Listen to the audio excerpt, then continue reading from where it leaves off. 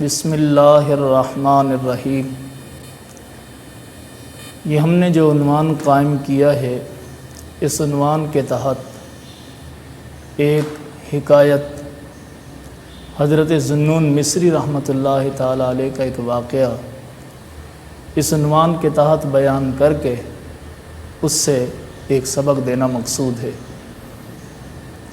حضرت ذوالنون مصری رحمۃ اللہ تعالی علیہ کا نام اولیاء کی صف میں تعارف کا محتاج نہیں ہے۔ بہت بڑے پائے کے اکابر، بہت بڑے پائے کے عارف، کامل اور واصل تھے۔ حضرت ذوالنون مصری رحمۃ اللہ تعالی علیہ ایک مرتبہ حج کے لیے تشریف لے گئے۔ آپ میدان عرفات میں تھے کہ آپ نے ایک آواز دینے والے کی آواز سنی کہ اس سال احمد مصری کا حج قبول ہے اور اس کے سبب سے باقی حجاج کرام کا حج بھی مقبول ہے۔ حضرت ذوالنون مصری رحمۃ اللہ تعالی علیہ نے یہ آواز سنی تو آپ حیران و پریشان ہو گئے۔ آپ جانتے تھے کہ احمد مصری آپ کا پڑوسی ہے اور وہ حج کرنے کے لیے نہیں آیا۔ حضرت ذوالنون مصری رحمۃ اللہ تعالی علیہ اس ہاتف غیبی کی آواز سننے کے بعد احمد مصری کو وہاں تلاش کرتے رہے، لیکن تلاش بسیار کے باوجود بھی احمد مصری حج کے کسی مقام پر حضرت ذوالنون مصری رحمۃ اللہ تعالی علیہ کو نظر نہیں آیا۔ حضرت ذوالنون مصری رحمۃ اللہ تعالی علیہ حیران بھی، ششدر بھی، یہ آواز سن چکے تھے کہ احمد مصری کا حج مقبول ہے اور اس کے سبب سے دیگر حجاج کرام کا حج بھی مقبول ہے۔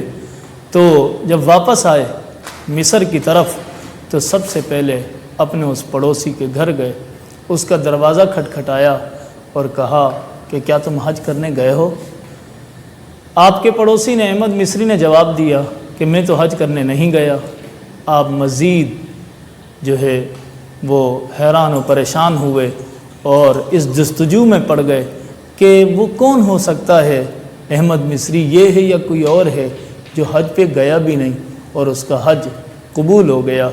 بالآخر حضرت ذوالنون مصری رحمۃ اللہ تعالی علیہ نے اپنی خاموشی توڑ دی اور فرمایا کہ میں نے اس طرح ہاتف غیبی کی آواز سنی ہے، کیا تمہارا کوئی خاص ماجرا ہے اس معاملے میں؟ احمد مصری نے آپ کو جواب دیا، وہ کہنے لگا حضور والا، مسئلہ یہ ہے کہ میں کئی سال سے حج کی تیاری کر رہا تھا اور تیاری کے سلسلے میں کچھ نہ کچھ رقم حج کے سفر کے لیے بچاتا رہتا، جمع کرتا رہتا، یہاں تک کہ اس سال میرا پورا ارادہ ہو گیا تھا کہ میں حج پہ جاؤں گا۔ لیکن ایک عجیب واقعہ ہوا۔ وہ واقعہ یہ ہوا کہ میرا ایک پڑوسی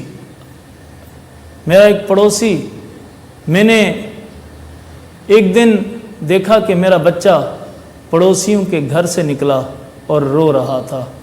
میں نے اپنے بچے سے پوچھا کہ تم کیوں رو رہے ہو؟ میرے بچے نے مجھے بتایا کہ جو ہمارے پڑوسی ہیں، میں ان کے گھر گیا، ان کے گھر گوشت پک رہا تھا، لیکن انہوں نے مجھے کھانے کے لیے بوٹی نہیں دی، کھانے کے لیے تھوڑا سا گوشت بھی نہیں دیا، بلکہ وہاں سے مجھے بھگا دیا، میں اس لیے رو رہا ہوں۔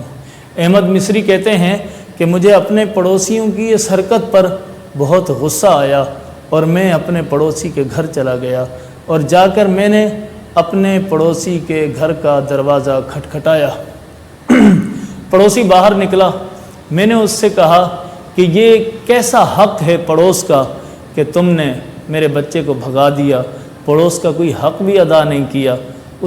میرے پڑوسی نے جب میری یہ کیفیت دیکھی تو اس نے میرے سامنے ہاتھ جوڑ دیے اور ہاتھ جوڑ کر کہا کہ حضور والا، آپ ہمارے معاملات سے ناواقف ہیں، ہمیں معاف کر دیں۔ میں نے اصرار کیا، وہ پہلے تو ٹالتا رہا، لیکن جب میرا اصرار شدید ہو گیا تو اس نے مجھے بتایا کہ ہم اور ہمارے بچے کئی دنوں سے فاقے سے تھے، ہمارے گھر میں کھانے پینے کا سامان